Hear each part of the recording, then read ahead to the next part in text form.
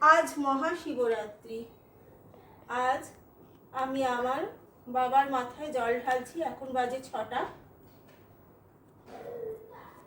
ওম ত্র্যম্বকম যজামহে সুগন্ধিম পুষ্টিবর্ধনা উর্বারুকামিভ বন্দনামি মৃত্যুর্মুক্ষীয়মামৃতা।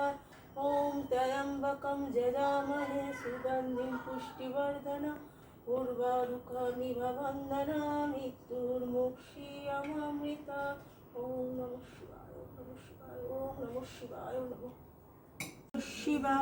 আজ 14ই ফাল্গুন, বুধবার, সকাল 11টা বেজে 10 মিনিটে চতুর্দশী তিথি শুরু হচ্ছে মহাশিবরাত্রির জন্য, এবং আগামীকাল 15ই ফাল্গুন বৃহস্পতিবার সকাল 8টা 55 মিনিটে চতুর্দশী তিথি ছেড়ে যাচ্ছে। তো শাস্ত্র মতে মহাশিবরাত্রির দিন নিশি যাপন, মানে নিশি কালটাই হচ্ছে আসল শিবরাত্রির সময়। 4টি প্রহরে জল ঢালা হয়। 4টি প্রহরে দুধ, দই, ঘৃত, মধু দিয়ে জল ঢালা হয়। তো আমি কোনো দিনই 4 প্রহরে জল ঢালিনি। আমি একবারই জল ঢেলেছি। কিন্তু আমি শিবরাত্রির আগের দিন সংযম করি, নিরামিষ খাই, এবং পরের দিন যতক্ষণ চতুর্দশী থাকে পারণটাও করি, এবং পুজোর শেষে ব্রাহ্মণ দান করে তবেই জল খাই। তো এখানে আমি ঘরেই দেখতে পাচ্ছ আমার শিব ঠাকুরকে পুজো দিচ্ছি, আর এই ভিডিওটি করে দিচ্ছে আমার ছেলে। অনেক ছোট থেকে করি আমি। এছাড়াও অনেকে বলে থাকেন যে ময়দার জিনিস খাওয়া যেতে পারে, নুন খেলেও তার সন্দক নুন খাওয়া যেতে পারে, কিন্তু না, আমরা কোনো দিনই যবে থেকে শিবরাত্রি করা শুরু করেছি এই দিনটাতে আমরা ফল পাকড় বা সাবুই খাই। আমরা কখনো ময়দা বা নুনের জিনিস খাই না। ডুব দিয়ে সকলেই কাশী বিশ্বনাথ মন্দিরে যাবে বাবার মাথায় জল ঢালতে।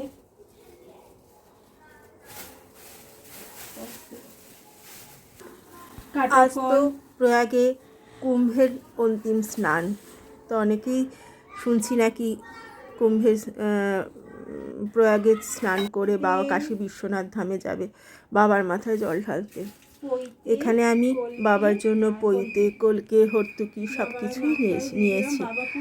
প্রতি বছর মন্দিরে যাই ঘরের ঠাকুরকে দিয়ে, কিন্তু এবছর আমার মন্দিরে যাওয়া হলো না, একটু শারীরিক সমস্যার কারণে।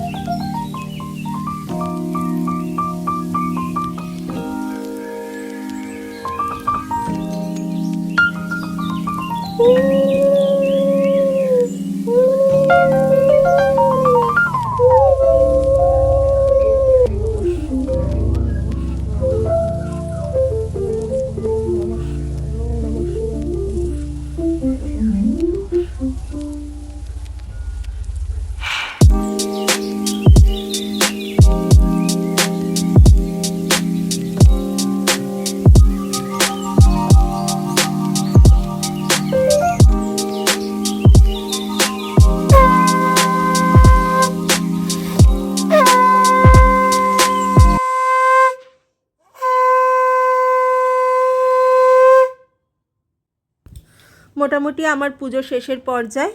তো ঘরে সন্ধ্যাটাও দিয়ে নিলাম এই সময়।